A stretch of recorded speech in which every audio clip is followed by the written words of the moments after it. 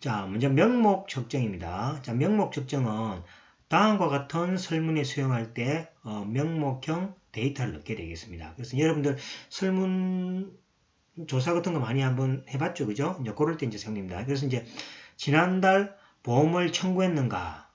예, 아니요. 이렇게 답하는 거죠. 그래서 명목형도 순서를 바꿔도 2번이 1번, 2번이 아니오고 얘가 1번이 돼도 상관없는 것들이죠, 그죠?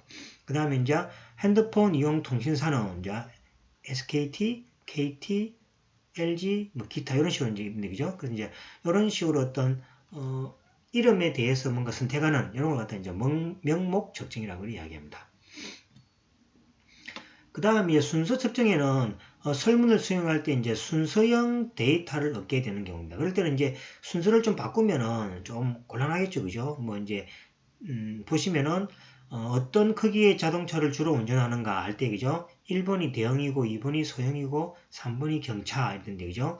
순서를 좀 바꾸게 되면은 안 되겠죠, 그죠? 그래서 이제 이럴 때는 이제 순서 측정 데이터, 이래서 이제 대형, 소형, 경차 이렇게 선택함에 따라서 이제 어떤 크기가 비교되는 그런 데이터입니다. 그 다음에 마이크로소프트 액세스를 얼마나 자주 사용하나 이럴 때, 그죠? 1번이 자주, 2번이 때때로, 3번 드물게, 4번 사용하나 이렇게 되죠. 여러분들 아마 학교에서, 그죠? 많은 설문조사 같은 걸 하죠. 그러면 이제 뭐 이 수업에 대해서 얼마나 만족하는가 할 때, 그죠? 1번이 뭐 아주 만족, 2번이 만족, 3번이 보통, 4번이 불만족, 5번이 아주 불만족 이렇게 농담이죠. 그런 것들이 다 뭐가 됩니까? 순서 측정이었던 자료를 얻기 위해서 하는 설문이 되겠습니다. 그 다음에 이제 구간 측정이 돼가지고, 그죠? 구간형 데이터는 어떤 서비스나 제품에 대한 고객들의 만족도를 숫자로 평가하는 조사에서, 이제 어떤 제품에 대한 만족도를 숫자로 표시하는 조사에서 사용된다는 이야기죠. 그래서 이제 사용되는 척도 포인트는 주로 1에서 10까지 표현되는데, 사용되는 숫자는 임의적이며 0값의 의미를 갖지 않는다는 얘기죠. 그러나 각 척도 포인트 사이의 거리는 의미를 가진다는 얘기죠. 그래서 이제 요 구간 측정에서는 0값의 의미는 없다는 얘기죠. 그래서 이제 0은 없고 그냥 1부터 10까지 의미를 가지는 거죠. 그럴 때 이제 각 척도별로 포인트 사이의 거리는 의미를 가집니다. 그래서 이제 만족도가, 그죠? 1 되는 사람하고 만족도가 예를 들어서 3 되는 사람하고 1하고 3은 차이가 나는 거죠. 그 이제 거리만큼의 만족도였던 그 질도 좀 차이가 난다는 이야기죠. 그 다음에 4등급과 6등급의 차이는 7등급과 9등급 차이와 동일하다는 이야기. 그래서 이제 4등급, 6등급, 4, 5, 6, 7, 8, 9에서, 그죠? 근데 이제 4등급과 6등급 산의 차이는 2등급 차이 나죠. 그러면 이제 나중에, 그죠? 7등급, 9등급하고도 그 차이는 뭡니까? 동일하다는 얘기, 차이가. 그래서 이제 구간 측정이라는 것은 비율의 의미는 아니죠. 만약에 0의 값의 의미를 가진다면 0에서 1까지, 0에서 2까지, 3까지 하면, 그죠? 0을 중심으로 해서 어떤 비율이 생기기 때문에 차이의 어떤 구별도 이야기할 수 있지만은 어떤 구간 측정에서는 이런 식으로 그냥, 그죠? 그 어느 뭡니까? 척도 포인트로 숫자를 표시해서, 그죠? 만족도를 그냥 얼마나 만족도가 높니 낮냐에 대해서, 그죠? 표시하는 역할을 한다는 거죠. 자, 숫자 간의 간격은 거리를 의미하기 때문에 평균 계산과 같은 수학적 계산을 할 수 있다는 거죠. 그래서 이제 이 거리가 이제 뭐 어떤 사람은 4등급이 뭐 10명이고 그 다음에 뭐 7등급이 몇 명이다. 그러면, 그죠? 거기에 대한 평균 계산 같은 것도 수학적으로 할 수 있다는 이야기입니다. 그러나 이 척도에서 0이 갖는 의미가 존재하지 않기 때문에 서비스를, 그죠? 8로 평가한 고객이 4로 평가한 고객에 비해서 2배로 높다고, 이런 비례식, 이렇게 비례식이 성립하지 않는다는 거죠. 비례가 성립 안 하면 되겠습니다. 그래서 0이 있으면 0을 기준으로 해서, 그죠? 그 비례식이 생기기 때문에 이런 뭡니까? 평가를 할 수 있지만은 서비스 8회 평가한 고객이 서비스 4로 평가한 고객에 대해서, 그죠? 이 차이만큼 뭡니까? 8 평가한 고객이 이제 4로 평가한 고객보다도 2배로, 우리 8하고 4는 2배 차이 나잖아. 그죠? 그 서비스 평가도 2배로 높다고 말할 수 없다는 얘기예요. 그냥 뭡니까? 8로 평가하고 4로 평가했단 말은 그만큼 8이 4보다 뭡니까? 좀 더 서비스를 좀 더 잘했다. 평가가 높다라는 의미가 되는 거지 서로 비교는 할 수 없다는 이야기입니다. 즉 구간형 데이터에서 비율의 의미가 없다라고 우리가 앞에 또 이야기했죠. 자, 의미 있는 0이 존재하지 않는다는 점이 구간형 데이터의 핵심 특징입니다. 즉 말해서 구간형 데이터는 어떤 뭐가 척도를 숫자로 표시할 수는 되고 또 수학적 계산도 할 수 있지만은 뭡니까? 비율을 계산을 할 수 없다라는 것이 핵심 특징이 되겠습니다.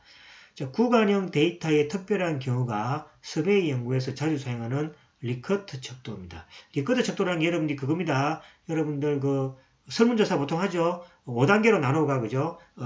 만족한다, 불만족, 만족, 보통, 만족하지 않는다, 아주 만족하지 않는다. 이렇게 5개 나눈 거 있죠. 이런 거 이제 리커트 척도라고 합니다. 그죠? 그래서 이제 이 척도는 보통 어떤 주장에 대해서 응답자가 자신의 찬성 반대의 견해를 5단계, 주로 5단계 주로 많이 쓰죠. 때에 따라서 뭡니까? 7단계의 언어로 표현된 응답 문항에서 고르는 식이다. 자, 예를 들면은 다음과 같겠습니다. 대학에 진학할 고등학생들은 수학 공부를 필수로 해야 한다. 하나를 고르시오. 그러니까 대학에 진학할 고등학생들은 기초 학문인 수학을 그죠? 필수로 해야 한다. 고르시오 그러면 그죠? 매우 그렇다. 대체로 그렇다. 그저 그렇다. 대체로 아니다. 매우 아니다. 이렇게 하는 거죠. 이런 것들이 이제 5단계로 주로 나누는 요걸 갖다 그죠? 리커트 척도. 이렇게 요 이제 구간형 데이터의 예시가 되겠습니다. 자, 그 다음에 마케팅 교수를 어떻게 평가하는지 하나를 고르시오.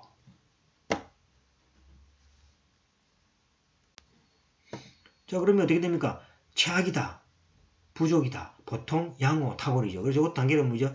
1단계, 2, 3, 4, 5 이렇게 되는 거죠. 그죠? 이것도 보통 그죠? 매우 그렇다가 5가 되고 4가 되고 3이 되고 2가 되고 1입니다. 그래서 이제 여러분들이 많은 그 설문조사에서 아마 그죠? 요 두 개의 형태의 설문 자료를 아마 제일 많이 받아볼 줄로 압니다. 자, 그 다음 비율 측정이죠. 비율형 데이터는 앞에 세 가지 타입의 데이터가 갖고 있는 성적을 모두 보유하고 있을 뿐만 아니라 의미가 있는 0을 추가적으로 보유하고 있다는 의미가 있습니다. 즉 0의 존재로 데이터 값의 비율의 의미를 가지고 예를 들어서 순이익이 200만 달러는 100만 달러의 2배다.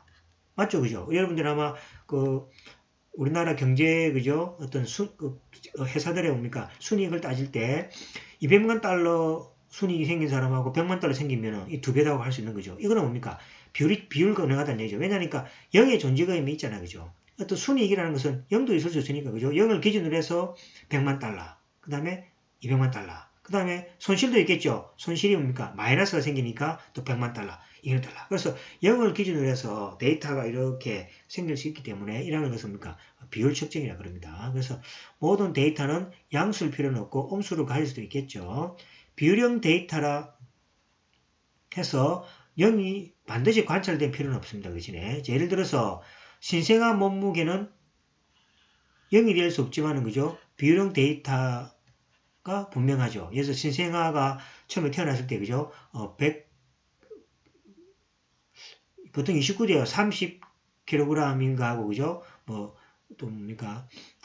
20kg 있으면 그죠? 그 사이에 비교를 할 수 있고 또 비율을 셀 수가 있는 경우죠. 그래서 이제 반드시 0이 될 필요는 없지만은 서로 측정해서 그죠?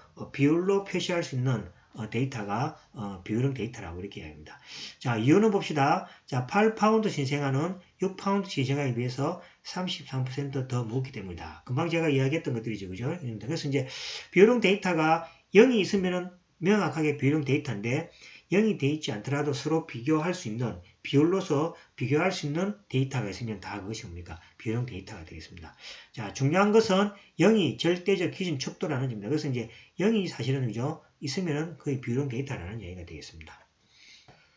자, 마지막으로 참고로 그죠? 여러분들 아마 아시는 분 아시겠지만은 켈빈의 온도입니다. 켈빈 온도는 섭씨하고 화씨와 달리 비율 측정입니다. 그래서 여러분들 주로 뭡니까? 온도계 잴 때, 그죠? 뭐 10도, 화씨 10도, 뭐, 그 다음에, 섭씨 10도, 20도 그러면 10도하고 20도에 있을 때, 그죠? 10도보다 20도가 뭡니까? 뭐, 2배 더 춥다. 이렇게 말을 못 하죠. 그래서 이제 우리가 쓰는, 그죠? 섭씨하고 화씨는 그 비율 측정이 아닙니다. 그죠? 그래서 켈빈의 온도는 그것이 됩니다. 그래서 이제, 켈빈 온도는 섭씨 및 화씨와 달리 비율 측정이고, 그 이유가, 0이, 그죠? 분자 진동이 멈추는 점을 나타내고 그 다음에 분자 진동에 따라서 뭡니까? 그 온도를 표시하기 때문에 켈빈 온도는 켈빈 온도가 예를 들어서 그죠? 뭐 2켈빈 온도하고 뭐 4켈빈 온도다 그러면 온도의 추이 정도가 그죠? 2배가 된다는 얘기죠. 그래서 이제 이 켈빈 온도는 0일 때 분자 진동이 딱 멈춰져서 그 다음 온도가 올라감에 따라서 분자 진동의 어떤 뭡니까? 활성화에 따라서 온도를 매기기 때문에 켈빈 온도는 뭡니까?